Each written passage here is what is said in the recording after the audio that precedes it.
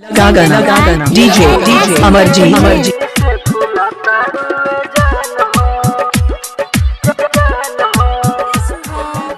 DJ Amarjeet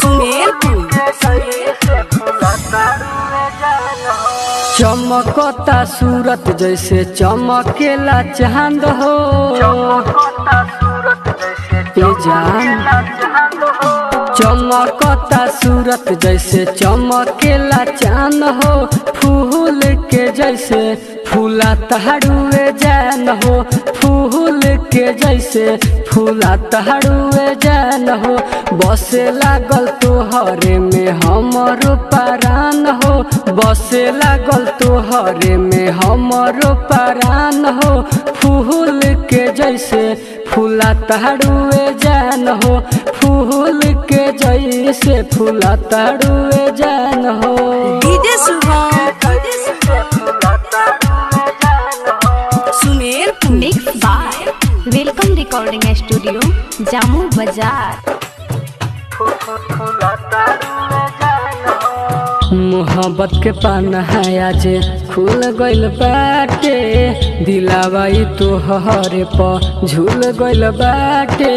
अखिया के पुतरी तू बन गइलू सोना, जाने प्यार के कइलू कवन जादू टोना, जाने प्यार के कइलू कवन जादू टोना।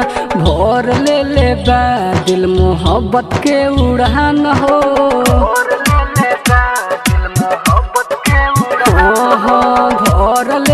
बा दिल मोहब्बत के उड़ान हो। फूल के जैसे फूला तहड़ुए जान हो, फूल के जैसे फूला तहड़ुए जान हो।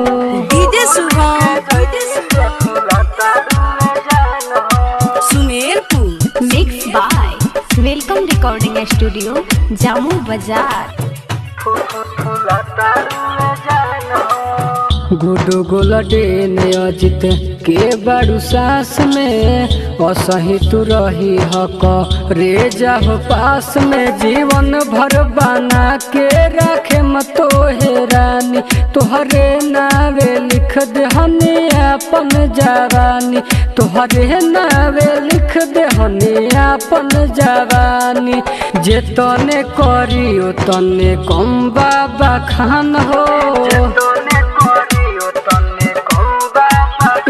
जान जे तने करियो तने कम बाबा खान हो।